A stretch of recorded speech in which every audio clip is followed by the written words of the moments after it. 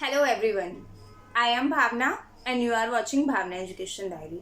तो आज हम ट्रांसफर ऑफ प्रॉपर्टी एक्ट के सेक्शन थ्री में जो इमूवेबल प्रॉपर्टी के बारे में कहा गया है उसको डिस्कस करेंगे।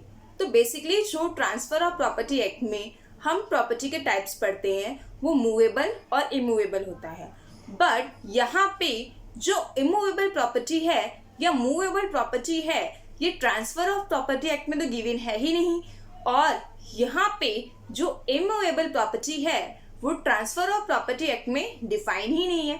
तो यहाँ पे हम इन्हें क्यों पढ़ रहे हैं?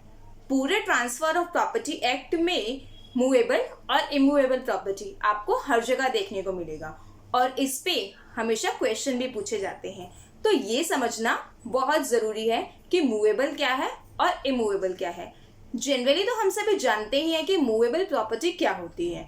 वो प्रॉपर्टी जो मूव हो सकती है, यानी कि वो यहाँ से फ्रीली वहाँ मूव हो सकती है। और ये यहाँ पे जानने इम्पॉर्टेंट बात ये है कि टीपीए में ट्रांसफर ऑफ प्रॉपर्टी एक्ट में रिटन नहीं है, तो ये कहाँ रिटन है? तो इमूवेबल प्रॉपर्टी जो है यहाँ पे सेल्स ऑफ गुड्स एक्ट में गिवन है और इसमें ये बताया है कि ट्रांसफर ऑफ मूवेबल प्रॉपर्टी जो है यहाँ पे इंक्लूड किस किस को करती है? स्टॉक्स को, शेयर को, ग्रोविंग क्रॉप्स को, इन सभी को यहाँ पे इमूवेबल प्रॉपर्टी जो है यहाँ पे वो मूवेबल प्रॉपर्टी वो है। और इसी के साथ ही हम ये देखते हैं कि जब आप किसी मूवेबल प्रॉपर्टी को ट्रांसफर करते हो तो आपको किसी भी चीज की जरूरत नहीं है, कोई रजिस्ट्रेशन नहीं कराना, कुछ नहीं कराना, आपको सिर्फ पोजीशन यहाँ से वहां ट्रांसफर करना है और अपनी मनी लेनी है। अब हम सबसे इंपॉर्टेंट पॉइंट पे जाते हैं जो हम इस वीडियो में मेन डिस्कस करने वाले हैं, वो है यहाँ पे इमूवेबल प्रॉपर्टी। तो इमूवेबल जो प्रॉपर्टी है वो यहाँ पे section 3 of transfer of property act वो ये बताता है कि क्या चीज हमारी इमूवेबल प्रॉपर्टी नहीं है। Standing timber, grass. तो section 3 of transfer of property act ये बताता है कि क्या चीज आपकी मूवेबल प्रॉपर्टी नहीं है। वो ये डिफाइन नहीं करता कि ये मूवेबल प्रॉपर्टी है या इमूवेबल प्रॉपर्टी है। Section 3 says that these 3 things are not immovable property, that is standing timber, grass and growing crops, जिसपे हमें पूरा डिस्कस करना है कि ये क्या होता है। इसके साथ ही section 3 of general clause act and registration act ये भी जो है यहाँ पे इमूवेबल प्रॉपर्टी को बताते हैं कि इमूवेबल प्रॉपर्टी क्या है।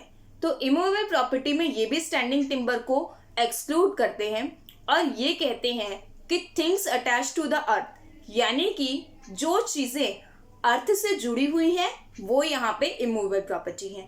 और उसी के साथ ही यहाँ पर जो चीज अर्थ से जुड़ी है, उस जुड़ी हुई चीज से भी जो चीज जुड़ी है उसको भी आप इमूवेबल प्रॉपर्टी में रखोगे। तो अभी हम इन सारी चीजों को एग्जांपल के साथ एक्सप्लेनेशन में समझते हैं। तो यहाँ पे अब हमें धीरे धीरे सारी चीजों को देखना है कि कौन कौन सी चीजें इमूवेबल में फॉल करती हैं, जैसे कि लैंड हो गया यहाँ पे और कुछ ट्रीज हो गए। तो यहाँ पे जो चीजें नहीं है वो एक्सेप्शन आपको बता दिया गया है।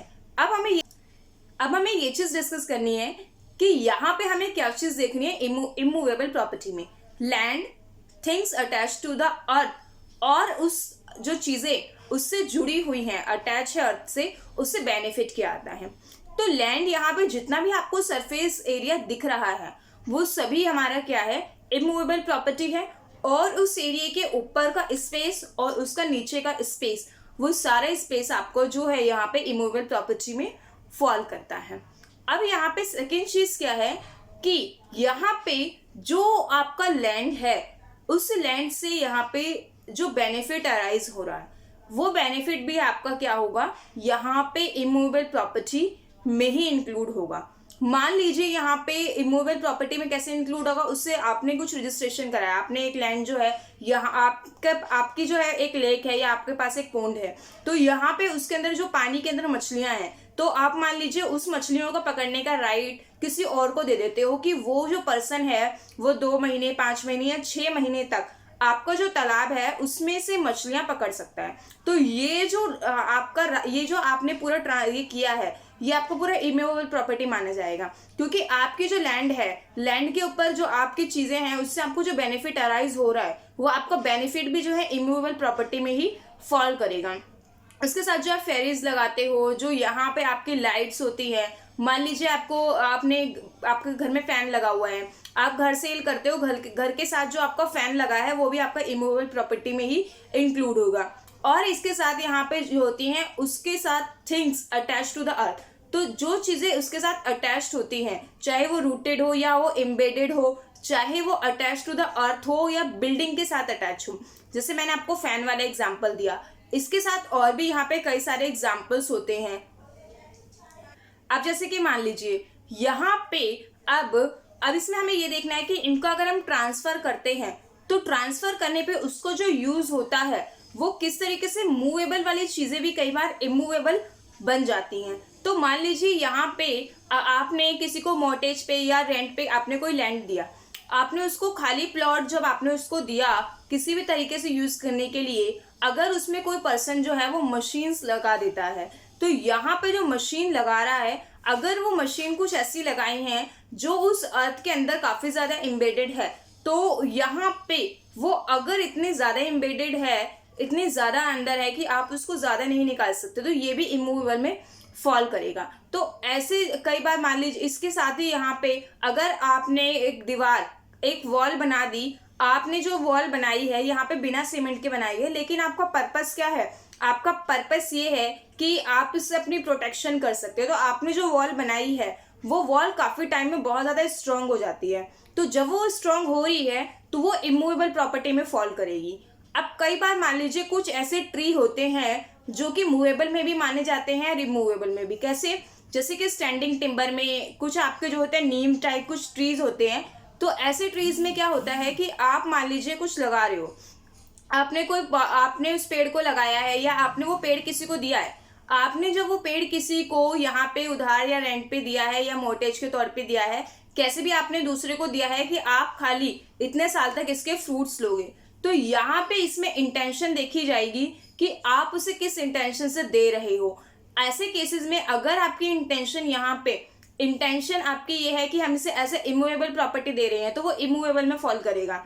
अगर आप उसको मूवेबल दे रहे हो तो मूवेबल में फॉल करेगा। जैसे बामदेव वर्सेस पानीग्राही केस अगर आप देखेंगे तो इसमें जो इक्विपमेंट्स लगाए जाते हैं, इसमें लैंड में जो इक्विपमेंट्स लगाए जाते हैं वो सिर्फ अपने काम चलाऊ पर्पस के लिए लगाए जाते हैं, टेम्परेरी पर्पस के लिए लगाए जाते हैं। तो जब टेम्परेरी पर्पस के लिए जो सिनेमा, थिएटर, बाकी इक्विपमेंट्स लगाए गए हैं, जब आप उन्हें रिमूव करोगे, आपने एक पूरी लैंड जो है यहाँ पे वो ली है, उधार ली है, उस लैंड पे आपने कुछ चीजें, इक्विपमेंट्स लगाए हैं, तो लैंड जो है आपकी इमूवेबल डील है, लेकिन आपने उसके ऊपर जो इक्विपमेंट्स लगाए हैं वो आपने टेम्परेरी पर्पस से लगाए हैं, तो वो सभी मूवेबल है। तो आपकी जो लैंड है वो रजिस्टर्ड होनी चाहिए और वो इक्विपमेंट से कोई मतलब नहीं है, वो इमूवेबल ही रहेंगे, बेशक आपने फिर चाहे कितना भी भारी लगाया हो। तो यहाँ पे ऐसी कुछ कंडीशंस होती हैं जहाँ पे एनेक्सचर, ये सारी चीजें देखी जाती है एनेक्सेशन की, आप उसको हटाओगे या नहीं, इसमें इंटेंशन मैटर करती है। तो ये इसमें जो है इमूवेबल प्रॉपर्टी में इतनी ही चीज है। और इसके साथ जैसे यहाँ पे शांताबाई वाला केस है, अगर आपने शांताबाई वाला केस नहीं देखा है तो उसे जरूर देखिए, क्योंकि वो बहुत ज्यादा जो है इंपॉर्टेंट केस है ट्रांसफर ऑफ प्रॉपर्टी एक्ट में, इमूवेबल प्रॉपर्टी में, उसमें बहुत अच्छे से सारी चीजों को बताया गया है। तो इसी के साथ यहाँ पे ये है, और इसमें कॉन्सेप्ट है डॉक्ट्रिन ऑफ फिक्सचर का कॉन्सेप्ट वो यही है कि things attach to the earth, जो चीजें अर्थ के साथ अटैच्ड है, तो अटैच्ड में अटैच्ड, रूटेड, एम्बेडेड, ये सारी चीजें आ जाएंगी जो हम डिस्कस कर चुके हैं। तो यहाँ पे इमूवेबल प्रॉपर्टी में इतनी ही चीजें हैं कि ये सबसे पहले गिवन कहाँ है, इमूवेबल प्रॉपर्टी के बारे में जो है यहाँ पे टीपीए, रजिस्ट्रेशन एक्ट और जनरल क्लोज एक्ट में बात की गई है, और इसके साथ ही यहाँ पे टीपीए में 3 चीजों को एक्सेप्ट करके इमूवेबल प्रॉपर्टी देखा गया है, और यहाँ पे 3 चीजें और, land, benefit arising out of land, और things embedded to the earth. यहाँ पे थिंग्स एम्बेडेड टू अर्थ, ये थिंग्स एम्बेडेड टू अर्थ को यहाँ पे डॉक्ट्रिन ऑफ फिक्सचर भी बोला जाता है। तो इसमें ये 3 चीजों को देखा गया है। तो that's all from my side, and don't forget to subscribe my channel. Thank you.